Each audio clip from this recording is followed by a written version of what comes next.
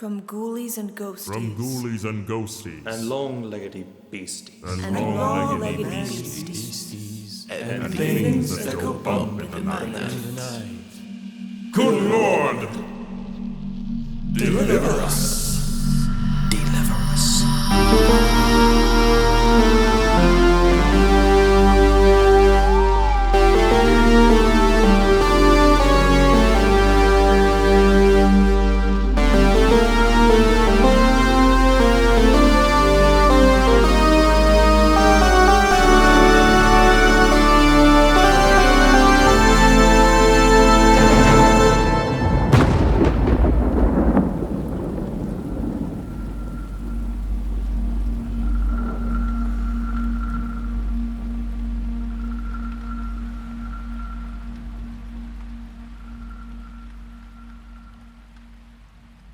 Today is a very special day because it is our very first double feature. 2 monster flicks for the price of 1. Or 10 if we go by 1961 prices. But anyway, let us get into the heart of the matter, and hopefully you won't feel the need to drive a stake through it. Our first film is by far one of the greatest films ever made by humans. This film's dialogue still sends shivers down our spines 63 years after its initial release, with such classic gems as doctors can't help her, maybe angels, but definitely not doctors. Or Dr. Dvorsky, benevolent scientist working for the betterment of mankind. And who could forget Caught in the whirlwind of progress, which is sometimes co-opted with being caught in the whirlwind of justice. I don't know what any of that means, but it sounds really serious. Almost as serious as this little warning. The Beast of Yucca Flats does contain a very brief nude scene, which we will react to very immaturely. But not too immaturely. Remember, the folks here at Gardena Cinema work very hard, so we want to be respectful of their facility. But when we see it, this is your designated reaction. Ooh, boobies. Let's run. 1, 2, 3. Ooh, boobies! Could have said it better myself. And now, my fiends, please enjoy our first film of our double feature B-movie monster extravaganza. Produced by Anthony Cardoza, directed by Coleman Francis, featuring the kings of B-moviedom, Tor Johnson and Conrad Brooks, also former Ed Wood film alumni. Enjoy The Beast of Yucca Flats.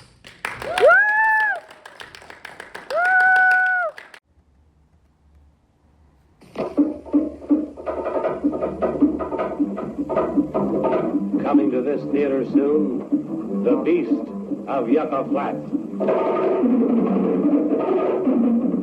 Filmed on the burning hot sands by Yucca Flats. See terror, panic, murder. See the Cardoza and Francis production of The Beast of Yucca Flats. See a man turn killer. See a woman ravaged. See one of the most exciting movies ever made. See The Beast of Yucca Flats.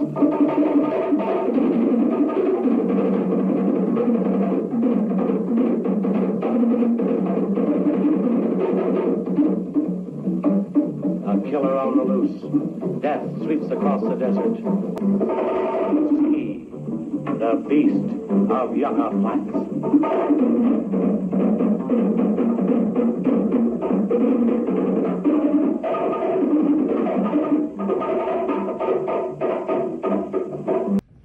It's a movie, or a really weird video essay.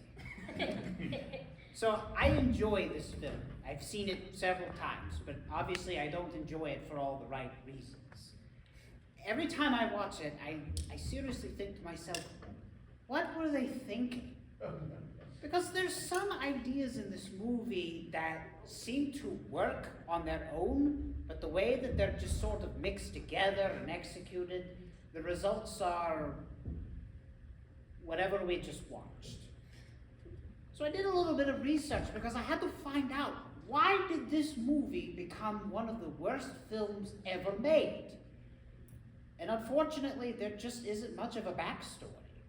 Anthony Cardoza brought in Coleman Francis to write and direct a film starring Tor Johnson, who would play the monster, and they decided that they needed to cut corners to keep the budget low and to turn a profit.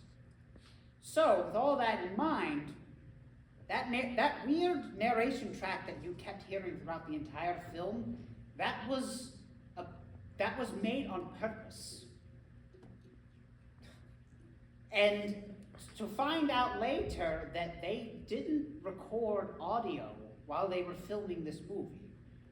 So a lot of times what you see is the director basically told the actors to cover their mouths or to sort of look away from the camera every time a line of dialogue was supposed to be spoken by their character. Yucca Flats is a real place. It's somewhere out in the desert in Arizona, and it was actually a real atomic weapons testing site.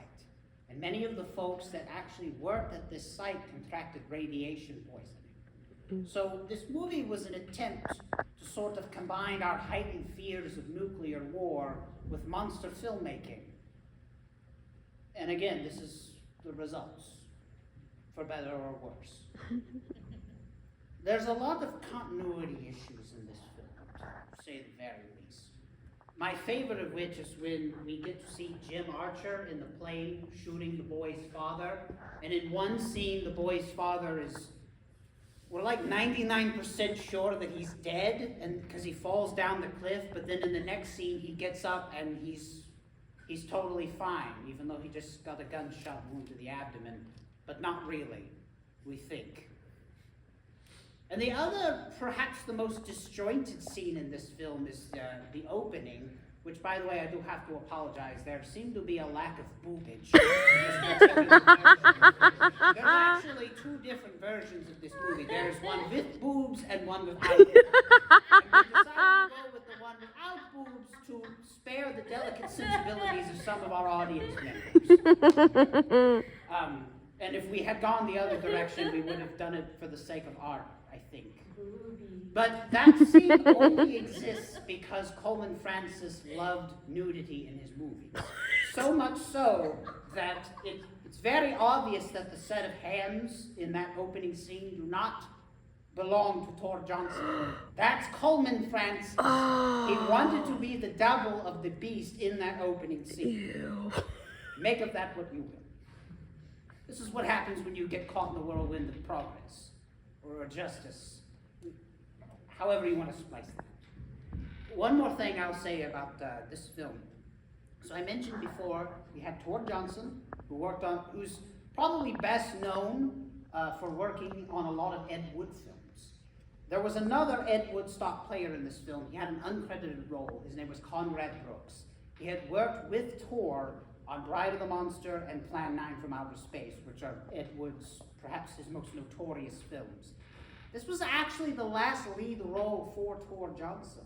He would make one more movie in 1968. He had an uncredited role in a film called Head. And unfortunately, we lost Tor in 1971. So we're gonna take a very quick 5-minute break so you can stretch your legs, maybe get some more popcorn. We need some rejuvenation after what we just watched. That movie was only 45 minutes, but it felt like for forever. Famous Monsters of Hollywood magazine names it Shock Award winner,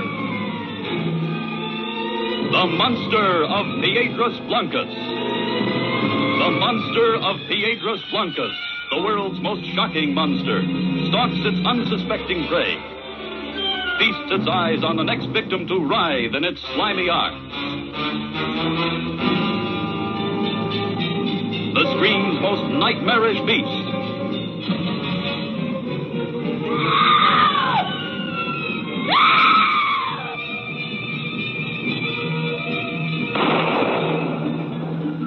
A claw-fingered, scaly-skinned, half-human crustacean, turning a lonely lighthouse village into a frenzied bedlam of blood-curdling horror.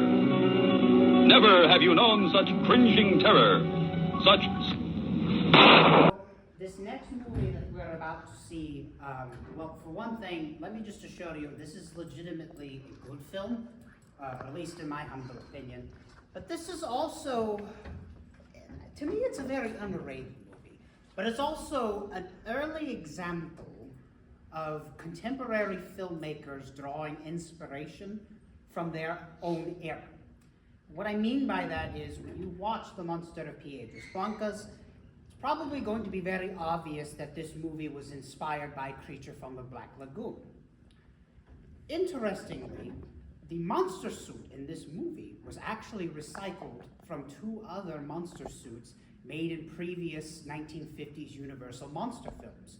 Specifically, they were recycled from the Mutula mutant suit from This Island Earth and from the subterranean creatures in The Mole People.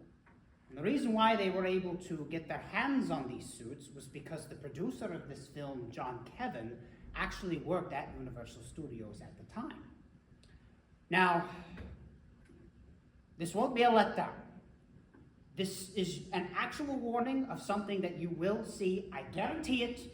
There is a severed human head in this film. And because of that, I, as your humble host, must warn you to protect your eyes, but to also coach you through yet another designated reaction. When we see this most gruesome sight, this is what you're supposed to do.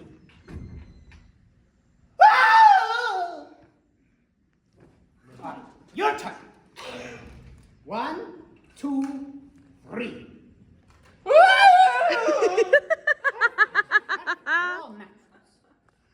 All right, my fiends.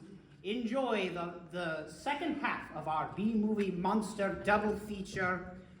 This film was, well, like I said, inspired by Creature from the Black Lagoon, and in my opinion, perhaps one of the last great Adam Age monster films. Here is The Monster of Piedras Blancas. drawn by love to the forbidden cove of the sea monster, then trapped in a torment of unendurable suspense. In the screen monsterama of 1,000 incredible... See the movie named the most brain-paralyzing shock story of them all, The Monster of Piedras Blancas. Well, believe it or not, Piedras Blancas is a real town in Central California. However, most of this movie was actually shot in LA. The only portions of the film that were actually shot in the town of Piedras Blancas were the interior and exterior shots of the lighthouse. Every year, the town of Piedras Blancas actually has an annual screening of this movie to commemorate the making and release of it. So every year, tourists and townsfolk alike turn out to pay homage to this film on the big screen. Now, I mentioned earlier that the producer, John Kevin, director Irvin C. Berwick... Berwin. No, it's Berwick. I hate it when that happens. And writer H. Haley Chase wanted to make their own version of Creature from the Black Lagoon. Well, I'm about to make all of this come full circle. In 1965, there was a short-lived television show called Flipper's Monster. There was an episode that actually dealt with a monster movie shoot. The TV production crew was able to get their hands on the actual monster shoot from Monster of Piedras Blancas. And the director of that particular episode was a guy named Rico Browning, one of the actors that played the Gill Man in the original Creature from the Black Lagoon. Well, unfortunately, that's all the time I have this afternoon, but I thank you all for coming out to our very first double feature here at Gardena Cinema, and be sure to return next month, because on June 29th, we will be paying homage to the late, great Roger Corman with a special screening of Bucket of Blood. But until then, always remember that as far as things go, when things go bump in the night, there are such things. From ghoulies and ghosties. From ghoulies and ghosties. And long-leggedy beasties. And And long-leggedy long-leggedy beasties. beasties. and things that go bump in the night. Good Lord, deliver us.